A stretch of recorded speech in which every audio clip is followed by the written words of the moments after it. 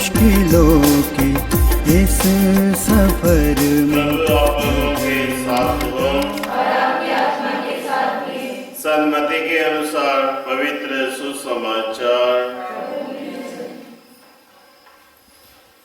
सन्मति अध्याय 14 वचन 22 से 33 तक। Gospel of Saint Matthew, chapter 14, verses 22 to 33.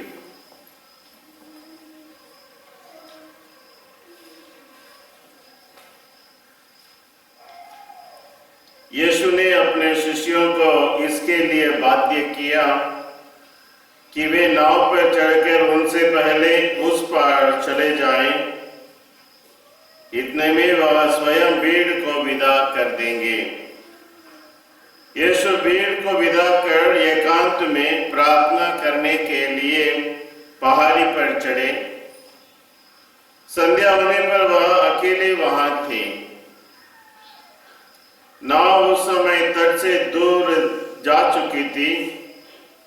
वह लहरों से डगमगा रही थी क्योंकि वायु प्रतिकूल थी। रात के चौथे पहर यीशु समुद्र पर चलते हुए शिष्यों के पास आए। जब उन्होंने यीशु को समुद्र पर चलते हुए देखा तो वे बहुत घबरा गए और यह कहकर यह कोई प्रेत है, डर के मारे चिल्लाने लगे।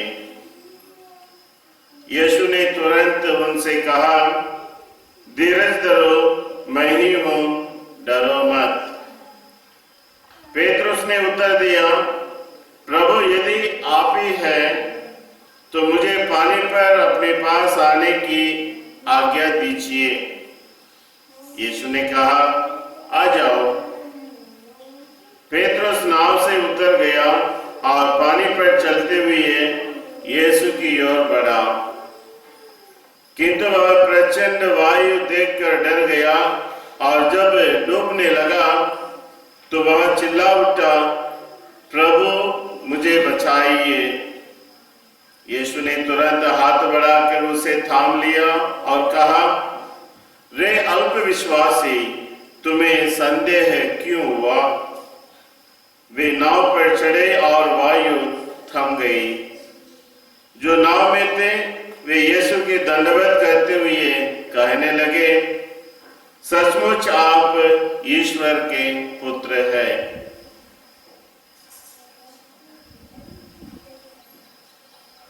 प्रभु का पवित्र सुसमाचार है।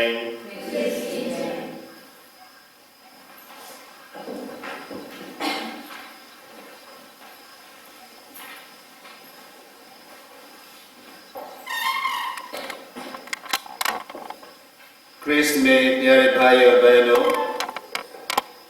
जैसे फादर ने शुरू में बताया कि 17 साल हो गया हमारे भारत को छोड़कर।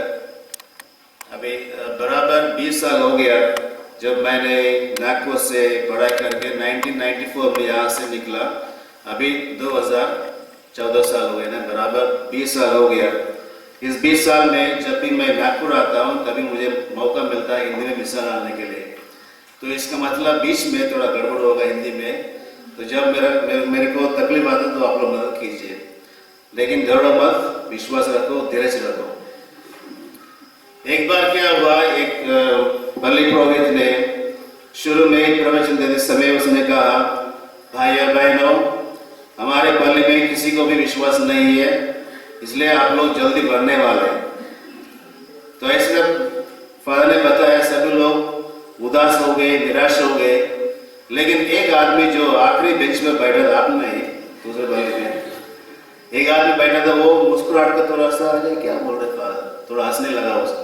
तो फादर ने दोबारा बोला, मैं फिर से बता रहा हूँ, हमारे पल्ली में जो है किसी को भी विश्वास नहीं है, बहुत कम हो गए, इसलिए आप लोग जल्दी मरने वाले, वो भी नेक्स्ट इतवार के पहले मर जाएंगे। तो लोग ऐसे हंसने शुरू नहीं किया, रोने शुरू कर दिए। तो फादर क्यों ऐसे डरा है? लेकिन वो आदमी जो आगे में बैठा वो फिर से हंसने शुरू किया जोर से। तो फादर ने तीसरी बार कहा, मैं तीसरी बार बता रहा हूँ भाई, अगर हमारे पल्ली में किसी को विश्वास नहीं है तो हम सब लोग जल्दी मरने वाले, मर जाएंगे। तो आदमी और जोर से हंसने लगा। तो फादर ने मुझसे पूछा, अरे सभी लोग रोते हैं, तुम क्यों हंसते हो? फादर जी, मैं यहाँ के रहने वाला नहीं, मैं दूसरे पल्ले से प्यारे भाई और बहनों, अगर हम लोग दूसरे पल्ले से आए हो या यहीं से हो, हमें हमारे जीवन में, क्रिस्तीय जीवन में एक चीज की बहुत जरूरत है। वो क्या है? विश्वास। हमको सब मालूम है, विश्वास के बिना हम लोग हमारे क्रिस्तीय जीवन में आगे बढ़ नहीं सकते हैं। तो मैं आपसे पूछूंगा कि ये विश्वास क्या होता है? ये कोई चीज है, ये धन है, या दौलत है, या क्या है? विश्वास क्या है? अरे किसी को विश्वास नहीं, तो ये विश्वास क्या होता है? फादर ने जरूर बताए होंगे अपने प्रवचन में इसके पहले। नहीं, जो किताब में पढ़े उसको छोड़ो, जो आपके जीवन में जो आप लोग अनुभव किए हैं उसके अनुसार विश्वास क्या होता है? जरूर बात। ईश्वर का प्रेम से विश्वास होता है। और अगर जब हम लोग प्रेम नहीं करते, विश्वास नहीं होता है क्या?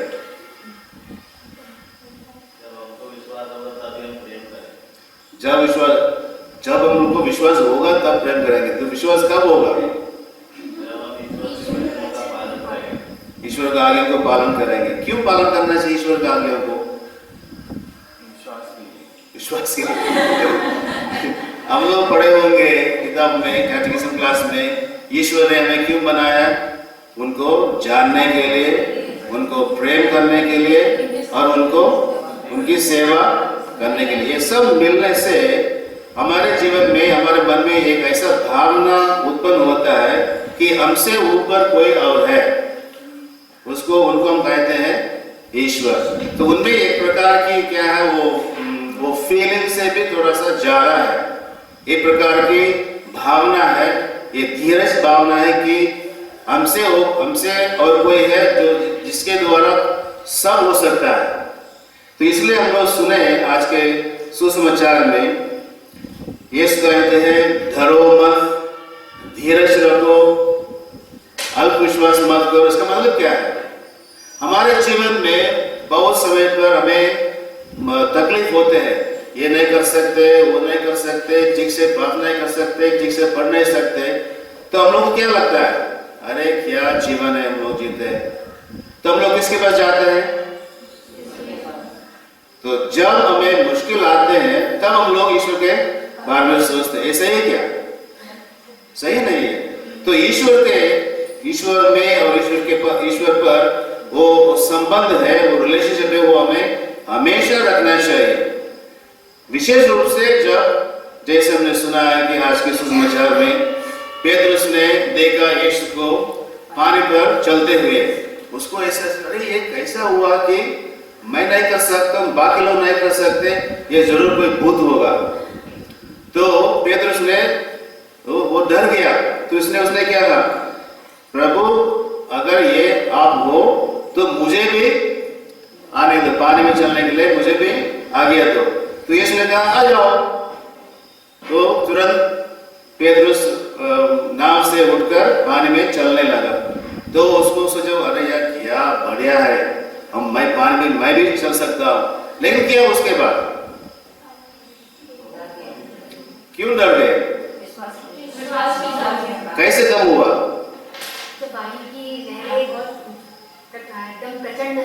तो उसके पहले पेतरुस ने किसको देखते रहा? यीशु के ऊपर, उनका आंख उनके ऊपर था। तो यीशु के समय मैं भी चल रहा हूँ पानी में। जब उसने उनको छोड़कर आगे दाएं और बाएं देखा, अरे कितना पानी, अरे मैं डूब जाऊं। तो वह संबंध ईश्वर के साथ, वो संबंध था, वो टूट गया। इसके और वो देखने लगा। इसलिए जब हमारा संबंध टूट जाता है ईश्वर से, हम लोग विश्वास में कम होते जाएंगे, कभी कभी पूरा टूट जाएगा। तो इसलिए तो ईश्वर ने उसे का हाथ बढ़ाओ, उसने उसका हाथ बढ़ाकर उसको फिर से डूबने से बचाए। तो वो तो हाथ बढ़ाने का मतलब क्या है? संबंध को फिर से जारी रखना, जोड़ने का। तो हम ईश्वर के पुत्र पुत्रियां होने के नाते जब भी हमारा संबंध टूट जाता है तो क्या हम लोग विश्वास में कम हो जाते हैं। विशेष रूप से हमारे जीवन में बहुत मुश्किल होते हैं ना। इधर कोई भी आदमी औरत नहीं जिसके जीवन में कोई मुश्किल रही नहीं, सबके जीवन में मुश्किल होता है। तो ये मतलब नहीं सिर्फ जब हमारे जीवन में मुश्किल आता है तभी हम लोग ईश्वर के पास जाना, नहीं, सभी समय, सब समय हमको ईश्वर के साथ उस संबंध को जोड़े रखना चाहिए, तभी तो हम लोग विश्वास में बढ़ सकते हैं, आगे बढ़ सकते हैं। तो और एक प्रश्न, हम लोग ईश्वर को कहाँ पा सकते हैं? कब पा सकते हैं ईश्वर को? कैसे हमारा संबंध कैसे जोड़ सकते हैं ईश्वर को? प्रार्थना के द्वारा, ईश्वर वचन को सुनने में और पढ़ने उसके द्वारा, मिस्सा के समय जैसे हम लोग भी चढ़ाते हैं ईश्वर को, बलिदान चढ़ाते हैं, उनके संबंध रखते हैं, और उनके वचनों पर ध्यान कर, उनके ऊपर चलने पर ईश्वर के साथ संबंध रख सकते हैं। और कहाँ पा सकते हैं ईश्वर को?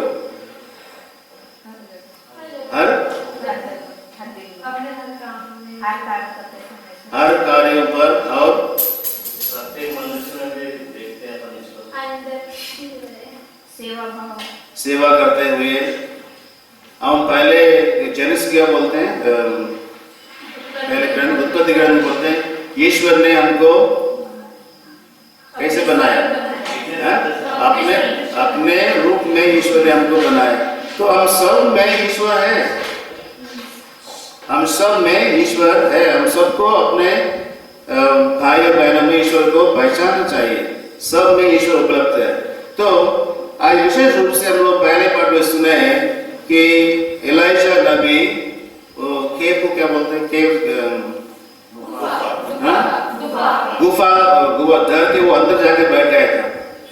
तो ईश्वर ने उसके बाहर निकल, डरो मत, बाहर आ जाओ। तो जब वो बाहर आया, और डर गया, तो ढूंढ रहा कहाँ ईश्वर, तो किसने मेरे को बुलाया? तो बाहर आके देख रहा कहाँ ईश्वर, किसने बुलाया मेरे को? तब उसने महसूस किया, क्या महसूस किया? आंधी और तूफान और भूकंप सब महसूस किया, लेकिन ईश्वर वहां दिख नहीं रहा। तो फिर क्या हुआ? उसके बाद एक शांत वातावरण, यानी साइलेंस थे ना, शांत वातावरण में वहां ईश्वर की आवाज उसको सुनाई दी। मतलब हम भी ऐसा कर सकते हैं। ऐसा मतलब नहीं कि हम लोग हमेशा मिस्सा जाना पड़ेगा, इसका मतलब नहीं मत जाओ, तो जा सकते हैं।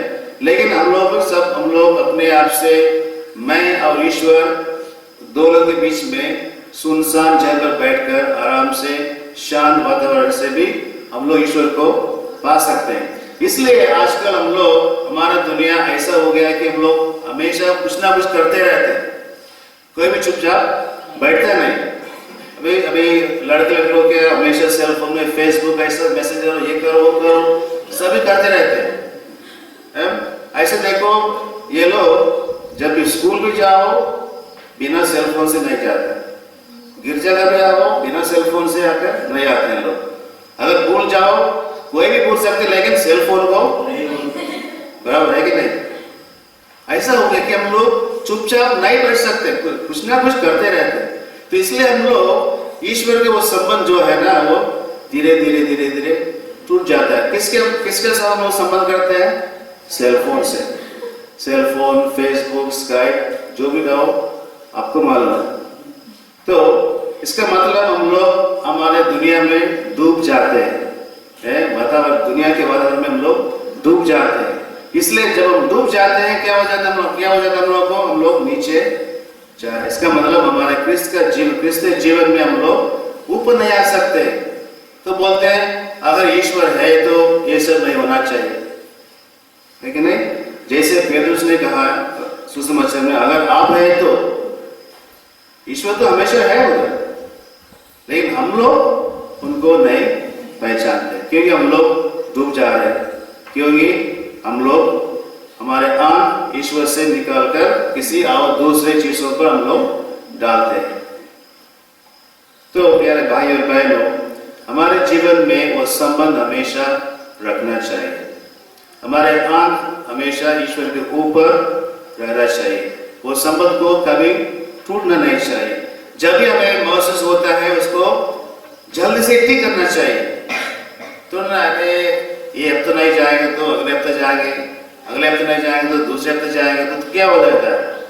तो बात बोलेंगे अरे क्या क्या मतलब चर्च आने से, तो हम लोग टूट जाते हैं, रास्ते में टूट जाते हैं, हमारा संबंध टूट जाता है। फिर हम लोग विश्वास में इतना कम हो जाते हैं, फिर बोलने शुरू करेंगे अरे ईश्वर है नहीं, तो क्या फायदा चर्च आने से।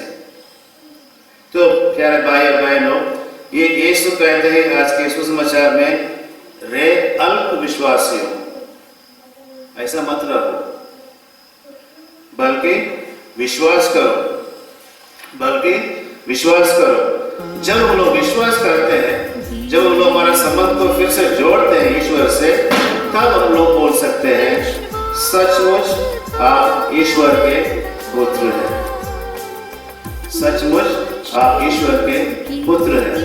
मतलब जब हम लोग अपने आप को महसूस करेंगे कि हम लोग ईश्वर के पुत्र पुत्रियां हैं, तब हम लोग बोल सकते हैं कि ईश्वर सचमुच ईश्वर है।